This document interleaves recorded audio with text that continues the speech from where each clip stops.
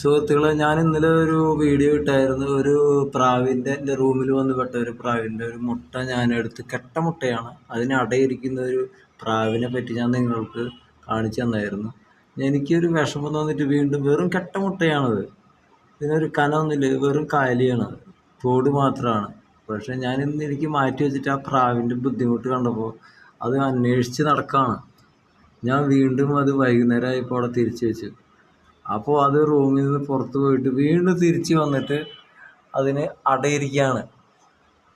പക്ഷെ എനിക്കിത് ഇത് കണ്ടിട്ട് എനിക്ക് സഹിക്കാൻ പറ്റാത്തതുകൊണ്ട് തിരിച്ചു വെച്ചതാണ്. പക്ഷെ ബിസ്മില്ല, ഓ, ഫാനും ചെറുതായിട്ട് തട്ടി, അതിൻ്റെ കുറച്ച് ചിറകിന് ചെറിയൊരു കോട്ടം തട്ടി. ബിസ്മില്ല, ഞാൻ ഈ വീഡിയോ എടുത്തതിൻ്റെ പേരിൽ സംഭവിച്ചു പോയതാ. എല്ലാവരും എന്നെ ക്ഷമിക്കണം.